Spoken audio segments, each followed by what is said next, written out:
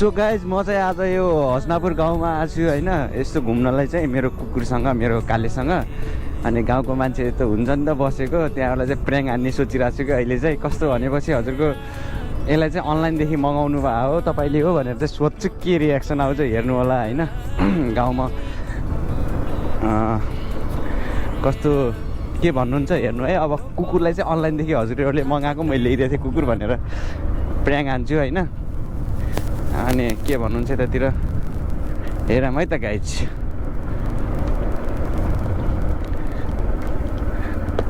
uncle नमस्ते यहाँ online कुकुर मगाएको हजुरले हो अनलाइन मगाएको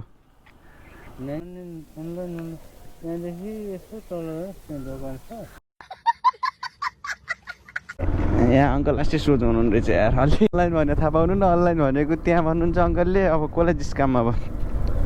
नराम्रो नसोच्नु होला यत्तिकै जिस्का हो गाइज होइन के मतलब म आज यसलाई घुमाउन आएको छु नि त यत्तिकै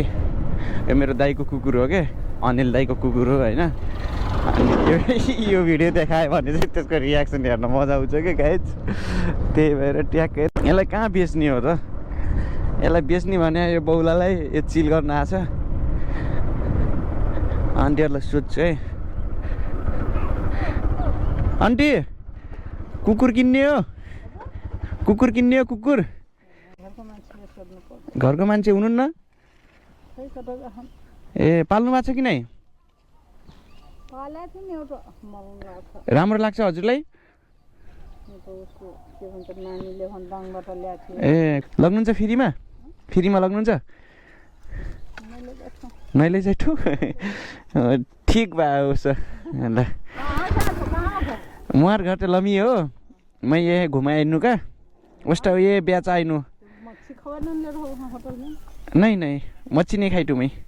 हाँ मैं सब्जी के खाई टू ये खाई मच्छी मांस ली आंटी मौसी ओके छ त